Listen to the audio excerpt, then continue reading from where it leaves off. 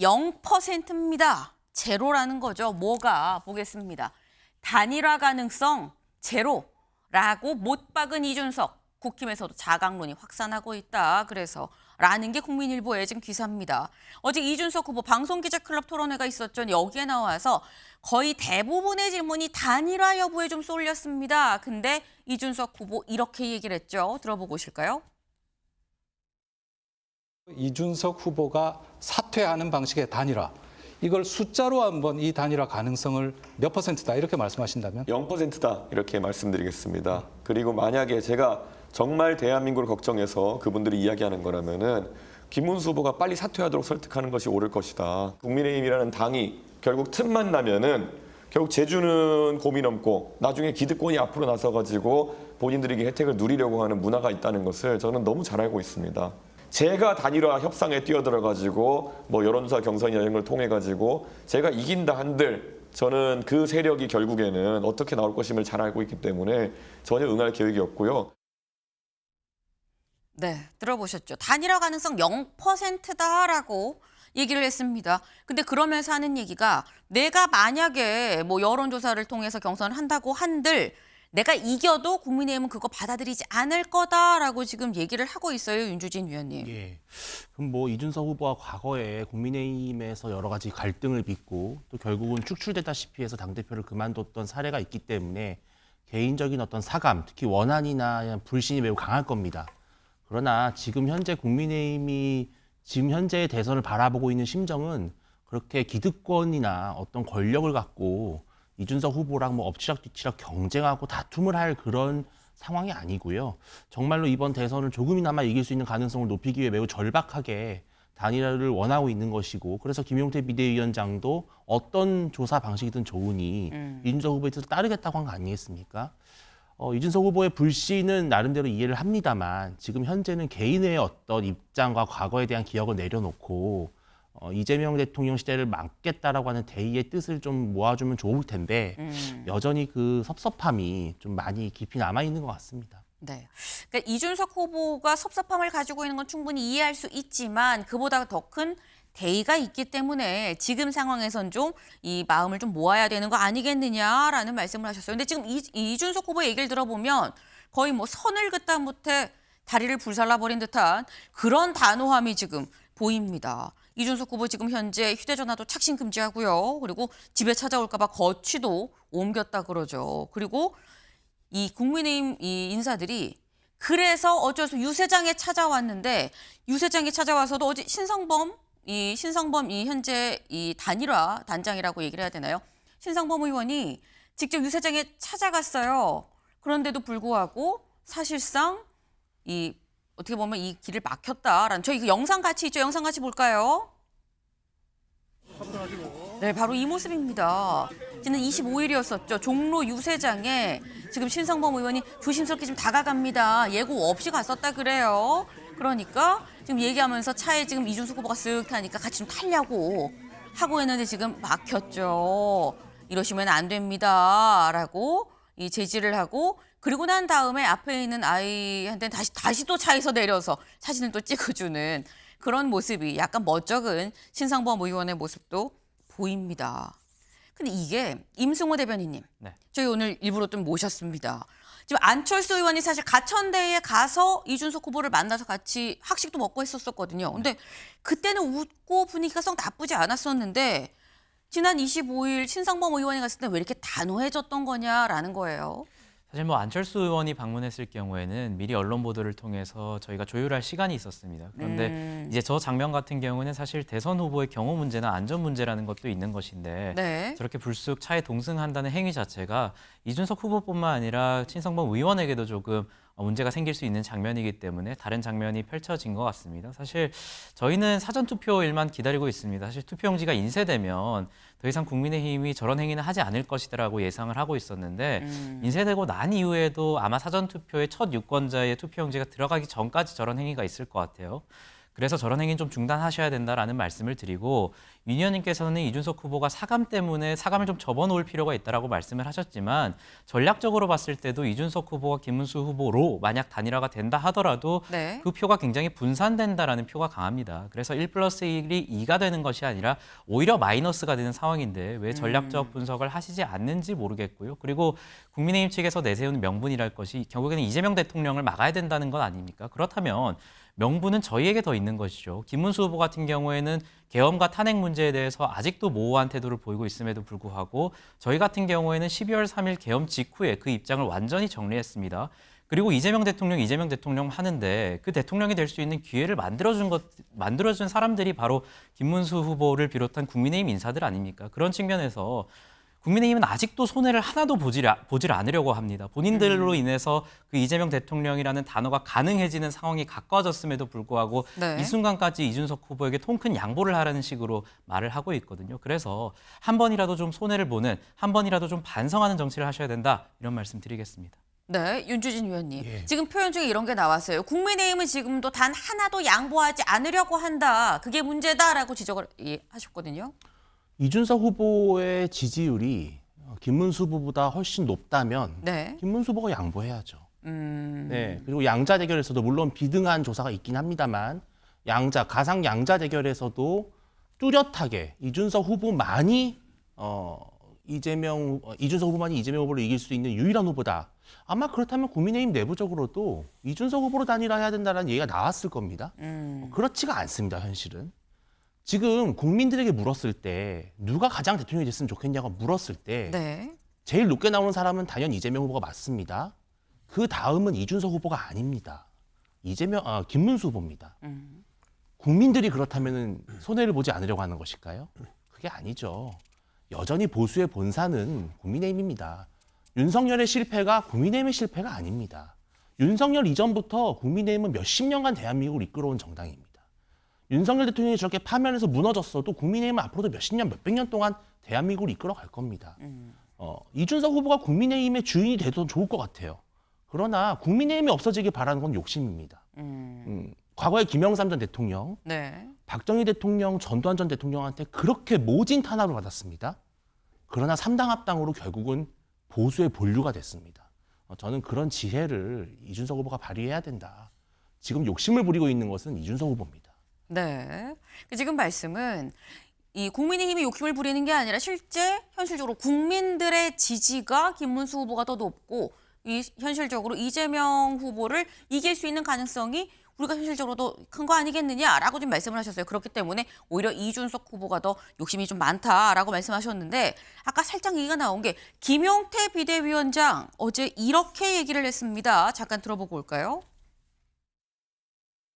이 자리에서 한 가지 분명히 제안드리겠습니다. 개혁신당 이준석 후보 역시 이재명 총통의 집권을 반드시 막겠다고 밝혔습니다. 그렇다면 우리는 결코 다른 편이 아닐 것입니다. 이준석 후보가 단일화를 고려하지 않는다고 밝힌 점도 충분히 존중합니다. 하지만 양당이 이루고자 하는 목표와 사명이 같다면 무조건 반대 입장은 아닐 거라고 믿습니다. 이에 개혁신당이 단일화의 전제 조건을 제시해 주시기를 제안드립니다. 네, 김용태 비대위원장, 우리가 이준석 후보의 성원함 압니다. 하지만 단일화를 위해서 그렇다면 먼저 전제 조건 우리가 뭘 했으면 좋겠는지 좀 얘기를 해달라라고 지금 얘기를 했어요. 임승우 대변인님. 사실 이 다른 데서 또 이 김용태 비대위원장이 이런 얘기를 했더라고요. 만약에 누가 좀 뭐 나가야 된다거나 무슨 조치를 해달라거나 그럼 콕 집어서 좀 얘기를 해달라, 전제 조건을 내달라 뭐 이런 게 지금 국힘 입장이거든요. 저희는 이미 얘기를 했습니다. 김문수 후보 사퇴하시라고. 저희는 이미 조건을 제시했고 그 조건을 받아들이지 않는 건 국민의힘이죠. 지금 말씀하신 것은 결국에는 단일화를 하지 않겠다라고 말을 하는데 조건 말해달라 하는 것은 물건을 사지 않겠다라고 하는데 집으로 찾아서 강제 판매하는 그런 행위라고 볼 수 있거든요. 저것도 참 예의가 없는 행위일 수 있다라는 말씀을 드리고 또 이준석 후보가 욕심을 부린다고 말씀을 하셨지만 욕심이라는 것은 이미 가지고 있는 사람이 그것에 대해서 더 과한 것을 바랄 때 우리가 욕심이라고 하죠. 제가 앞서도 말씀드렸지만 국민의힘으로 인해서 국민의힘이 배출한 대통령으로 인해서 지금 계엄과 탄핵이 일어났고 그로 인해서 치러지는 대선입니다. 욕심을 부리는 쪽이 과연 어디일까요? 그리고 지지율대로 봤을 때 이준석 후보가 결국 김문수 후보에게 밀리기 때문에 김문수 후보로의 단일화를 할 수밖에 없다라고 말씀을 하셨지만 그 명분을 한번 보자는 겁니다. 본인들이 세우고 있는 명분, 이재명 후보를 막아야 된다, 이재명 대통령을 막아야 된다. 만약 계엄과 탄핵이 없었다면 그 기회조차 성립할 수 없었고 저희가 이런 토론을 할 필요도 없습니다. 그 명분적인 차원에서 봤을 때 본인들이 하고 있는 말이 맞는 것인지 한번 좀 되돌아보실 필요가 있다. 그런 말씀 드리겠습니다. 네. 우리 전제 조건 얘기했다. 우리의 조건은 김문수 후보의 사퇴다. 근데 그 조건 안 받는 건 국민의힘 아니냐, 뭐 지금 이런 말씀이에요. 그러니까 지금 얘기를 잘 들어보면 국민의힘과 개혁신당이 간극이 이렇게나 멀다라는 게 아마 여실하게 느껴지실 것 같습니다. 지금 국민의힘 입장에서는 말씀처럼 뭐 찾아가고 전화하고 유세장에도 가고 뭐 이런 러브콜을 계속해서 지금 보내고 있죠. 그런데 이준석 후보는 지금 담을 쌓고 있는 그런 상황입니다. 여기에 김문수 후보 비서실장이 이런 얘기를 했습니다. 들어보고 올까요? 이준석 후보를 찍으면 이재명 후보만 도와줄 것이다라는 판단에 이를 것이기 때문에 막상 지금 현재 나오는 여론조사의 인기투표적인 측면은 많이 달라질 것이라고 생각합니다. 막상 3자 대결 구도로 선거가 치러지면 국민들은 표장에서의 선택과 국민 스스로의 판단으로 사실상 단일화를 이룰 것이라고 생각을 합니다. 그렇게 되면 막상 투표 결과에서는 또 상당히 다른 결과가 나타날 것이고 사표 방지 심리는 여전히 강력하기 때문에 지금과는 사뭇 다른 결과가 나타날 것이라고. 네. 김재원 비서실장 얘기는 이겁니다. 임승호 대변인님. 이준석 찍으면 이재명 된다라고 지금 얘기를 하는 거거든요. 뭐 그러면은 이 얘기를 할 필요가 없겠네요. 본인이 말씀하시는 것처럼 네. 투표장에서 자연스럽게 단일화가 된다라는 입장이시잖아요. 그러니까 저희는 이해할 수가 없는 거예요. 비서실장이 아마 직책이시죠. 비서실장 정도면 사실상 김문수 후보 본인의 입장을 말하는 것일 텐데 결국에는 이 문제에 있어서도 국민의힘은 투트랙을 취하는 겁니다. 계엄과 탄핵 문제에 있어서도 후보는 다른 이야기를 하고 또 김용태 위원장은 조금 더 혁신적인 이야기를 하고 부정선거 이야기가 나올 때마다 투트랙과 화전양면 전술을 취하고 있고 저희가 아마 이준석 후보와 개혁신당이 또 너무 모질게 말하는 거 아니냐 국민의힘 반응이 있을 수는 있습니다. 그런데 이전에 이준석 후보와 개혁신당은 최대한 좋은 톤으로 말을 해왔습니다. 같이 경쟁을 하면서 이재명 후보의 지지율을 꺾어야 된다라고 수없이 말했음에도 불구하고 투표용지가 인쇄된 뒤에도 김재원 비서실장은 저런 말을 하고 있고 또 국회의원 같은 경우는 찾아와서 차에 강제적으로 동승하려는 모습을 보이고 있습니다. 그래서 저희 입장에서도 굉장히 좀 많이 참으면서 최대한 차분한 톤으로 말을 하다가 이제는 좀 국민의힘과 김문수 후보에게도 조금 더 알려줄 필요가 있다라고 해서 조금 더 강경한 모드로 가고 있는 것이거든요. 그래서 국민의힘과 김문수 후보도 알고 있을 거예요. 단일화는 사실상 불가능하다는 것을 알고 있기 때문에 본인들이 지금 사퇴하실 생각 없잖아요. 그러니까 알고 있을 거기 때문에 좀 자신들의 길을 갔으면 좋겠다. 각자의 길을 가자. 이런 말씀 드리겠습니다. 네. 마지막 말씀은 각자의 길을 가자였습니다. 네. 오늘 만평이 하나 나왔습니다. 그 만평 좀 같이 볼까요? 바로 이겁니다. 네. 지금 이 김문수 후보인 것 같아요. 지금 이 두루미라고 해야 되나요? 그리고 조개 이준석 후보가 좀 조개입니다. 그리고 뒤에서 화이팅이라고 얘기를 하고 있는 이재명 후보의 모습이 보입니다. 이거 어부질이야라고 약간 난감해하는 김문수 후보의 모습인 건데 서영주 대변인님 네, 오래 기다리셨습니다. 계속 기다리고 있습니다. 네.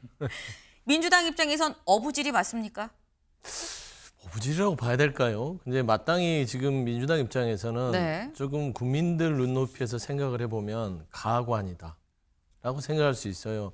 사실상 이준석 후보 입장에서는 이게 선거 구도가 탄핵에 대해서 반대한 측과 탄핵에 찬성한 측이 명확하게 있습니다. 지금 탄핵에 찬성한 쪽은 이준석 후보, 그다음에 이재명 후보, 민주당이죠. 유일하게 탄핵에 반대한 후보가 된 게 김문수 후보예요. 이게 화학적으로 단일화가 가능할까요? 이 구도 자체를 깼어야죠, 국민의힘이.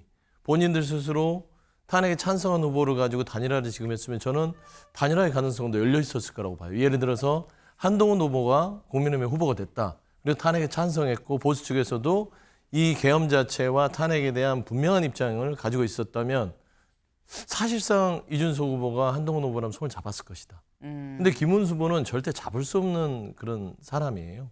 이준석 후보 입장에서는. 그래서 네. 저는 아까도 임승호 대변인 얘기했는데 제가 말씀드린 거 똑같습니다. 결국엔 국민의힘이 표를 달라고 할 수 있는 지금 선거인가. 그리고 국민의힘이 이번 조기 대선, 사실상 대선을 재보궐로 치르는 원인 제공을 한 당이에요. 그러면 이번 선거에서 국민의힘은요, 표를 달라, 승리하게 해달라 할 수 없습니다. 그렇기 때문에 명분은 이준석 후보한테 있죠. 내가 탄핵에 찬성했고 보수를 대표해서 내가 한번 이재명 후보와 겨루겠다라는 게 맞는데 사실상 김문수 후보가 사퇴할 일은 만무하지 않습니까? 그래서 단일화는 제로가 맞고요. 또 신세대들이 요즘에 제로 열풍 있지 않습니까? 그래서 저는 이준석 후보가 단일화를 제로 단일화로 명명한 게 아닌가 싶습니다. 네. 그러니까 지금 말씀은 이 민주당 입장에서 봤을 때 이걸 딱히 또 어부질이라고 우리가 볼 것도 아닌 것 같은 게 국민들이 보는 입장에선 지금의 이런 얘기가 얼마나 또 답답하게 했느냐 뭐 이런 취지의 지금 말씀을 하셨어요. 근데 이준석 후보는 어제 이 방송기자클럽에서 뭐라고 얘기했느냐. 그나마 지금 이 대선판에서 내가 있기 때문에 뭔가 뭐 더하면 이길 수도 있고 뭐하고 이런 얘기들이 지금 흘러나오는 거 아니겠냐라는 얘기를 했거든요. 그 얘기 잠깐 들어보고 올까요? 지지율 추이가 일시적으로 산술합을 했을 때 저와 김문수 후보의 지지율을 합쳤더니 이재명 후보보다 높게 나온다.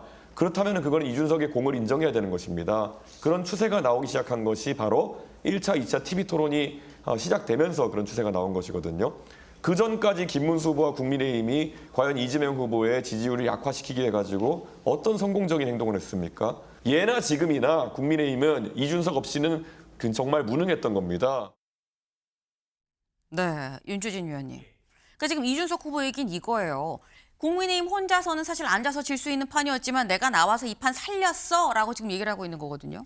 그 공로와 효과는 국민의힘도 인정을 합니다. 심지어 김문수 후보도 가장 네. TV 토론 잘한 사람은 본인이 아니라 이준석 후보라고 말씀하시지 않았습니까? 이준석 후보의 강점, 공격수로서의 그 엄청난 그 흥행 효과는 있죠. 그러나 이준석 후보만으로도 안 된다는 것이죠. 그것이 우리의 현실이잖아요. 그러니까 이준석 후보 혼자 대통령 될 수 있습니까? 저는 이준석 후보가 독자적으로 정말 그 동탄 모델을 이번 대선에 성공시킨다면 인정하겠습니다. 그 현실이 그렇지가 않잖아요. 아까 우리 서 대변인께서 말씀하신 것 중에 좀 와닿는 표현이 절대 손잡을 수 없는 후보다, 김문수 후보는. 근데 과거에 네. 김영삼은 노태우의 손을 잡았고요. 김대중은 김종필의 손을 잡았었어요. 절대 잡을 수 없는 손이었습니다. 그거야말로. 자기를 죽이려고 했던 사람이에요. 그런데도 손을 잡고 세상을 바꿨습니다. 저는 이준석 후보가 김문수 후보 손 100번이고 1000번이고 잡을 수 있다고 생각합니다. 네. 절대 잡을 수 없는 손은 없다. 손은 언제든 잡을 수 있고 가능성은 열려 있는 거다라고 말씀을 지금 하셨어요. 근데 이준석 후보 지금 방금 얘기를 한 게 내가 TV 토론에서 상당히 선방을 했기 때문에 그래서 이재명 후보가 지금 현재 뭐 지지율 상으로 좀 주춤하는 모습이 된 거 아니겠느냐라고 지금 얘기를 했거든요. 여기에는 서영주 대변인님 네. 동의하십니까? 뭐 어느 일견 이준석 후보가 어떤 이슈를 끌어갔던 거는 인정해야 될 거는 것 같아요. 다만 이준석 후보가 보수에 대한 여러 가지 지지층 결집에 견인했을지언정 이재명 후보를 흔들었다고 보기는 쉽지 않죠. 사실상 이재명 후보에게 이준석 후보가 또 된통 당하는 모습들도 있었기 때문에 그리고 이준석 후보의 장점도 있지만 약점이 드러나는 TV 토론이기도 했습니다. 저는 본인이 이제 전체의 선거판을 흔들었다고 하는 것은 네. 충분히 소수 정당으로서 그런 주장을 할 수는 있으나 판은 본인이 흔드는 게 아니라 국민들의 어떤 여러 가지의 판단에 있어서 흔들리는 거고 그 판단은 이준석 때문에 흔들리는 게 아니라 각 당의 여러 가지 선거 전략에 따라서 뭐 득점 포인트도 있고 시점 포인트도 있는 거예요. 그래서 저는 이준석 후보가 개인기로 여기까지 온 건 높이 사나 본인이 보수층에서 자리매김하는 것은 천장이 두 자릿수다. 본인의 천장은 두 자릿수고 본인도 그걸 만족할 거예요. 저는 그 부분에서 저는 뭐 나머지의 어떤 선거판도 나머지 7일 동안 네. 이준석의 변수는 단일화 효과 여기까지다. 좀 그렇게 평가하고 싶습니다. 지금 말씀이 두 자릿수의 지지율이 이준석 후보의 천장이다. 더 이상 올라갈 데가 없다. 여기까지다라는 말씀을 하셨거든요. 임승호 대변인님. 뭐 이재명 후보도 지금 두 자릿수 지지율이죠. 두 자릿수 지지율이 상한인 건 맞을 겁니다. 이준석 후보가 뭐 100% 득표해서 당선될 것은 아니니까. 하지만 확장세를 봐야 한다라고 생각을 합니다. 우선 다자구도 대결에서 이준석 후보가 소위 3등으로 표현되긴 하지만 양자 대결 구도나 이런 부분에 있어서 내부적으로는 굉장히 빠르게 치고 올라갈 가능성이 있다라고 저희는 판단하고 있거든요. 그리고 저희가 이미 이 방송을 시작한 지 한 20분, 30분 동안 이준석 후보에 대한 이야기를 하고 있어요. 서 대변인께서는 이준석 후보가 이 판을 흔든 건 아니다라고 말씀을 하시지만 네. 이미 언론 보도량이나 이런 것들을 봤을 때는 이준석 후보가 뭐 그것이 좋은 쪽으로 보도가 되는 것이든 나쁜 쪽으로 보도가 되는 것이든 이준석 후보가 이 선거의 주인공이 점점 되고 있다는 것은 우리 모두 부정할 수 없는 사실일 겁니다. 근데 제가 조금 수정을 하고 싶은 건 네. 이준석 후보가 내가 이 선거판의 주인공이야. 그래서 내가 이 판을 모두 흔들었어. 이런 자존감을 표현한 것이 아니라요. 선거 전략적으로 저희가 계속 말을 해온 것입니다. 앞서서도 제가 좀 말씀드린 것이 결국에는 이준석 후보가 묻고 있는 표심이라는 것이 동탄 모델에서도 마찬가지였는데요. 국민의힘 지지층에서 일부 표를 뺏어온 것도 있지만 민주당과 이재명 후보는 지지할 수 없는 진보층의 연성 지지층들을 저희가 묻고 있다라고 저희는 판단을 하고 있거든요. 그래서 네.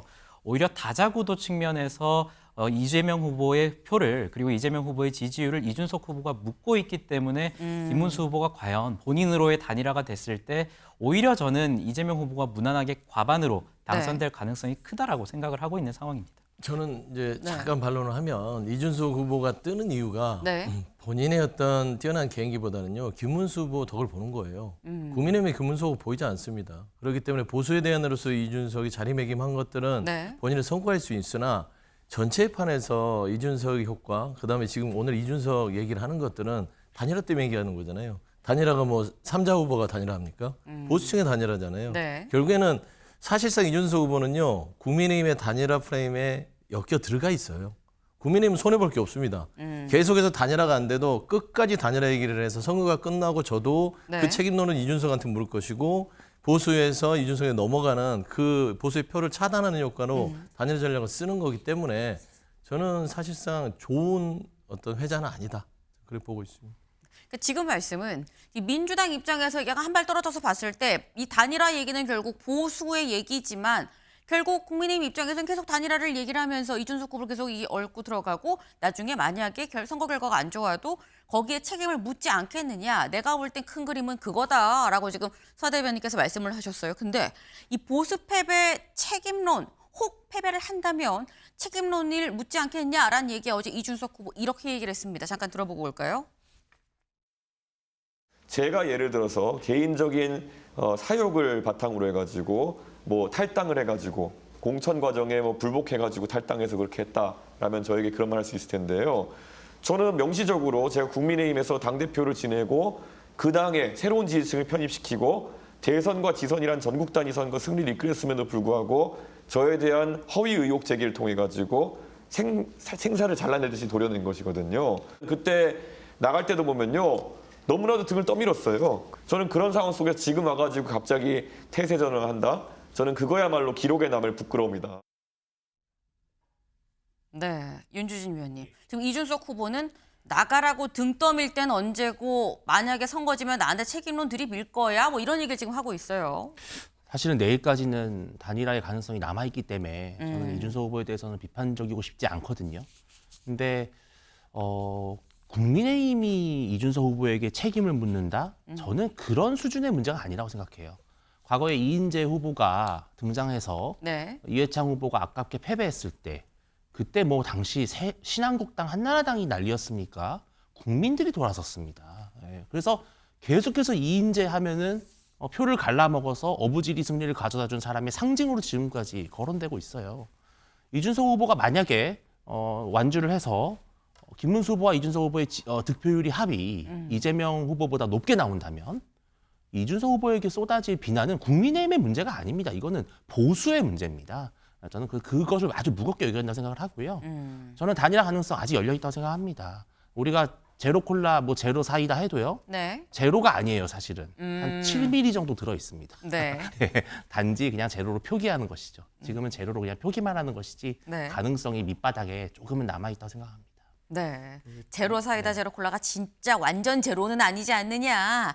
요만큼 가능성이 아직 내일까지 좀 열려 있다라고 말씀하셨는데 임 대변인님. 그 이인재 전 후보 같은 경우에 김문수 후보 지지 선언을 하지 않았나요? 이인재 지사의 사례를 들면서 이준석 후보를 비판하시려는 건 알겠는데 본인 후보에 대해서 지지 선언을 한 분에 대해서 그렇게 야박하게 말씀을 하실 건 아닌 것 같고요.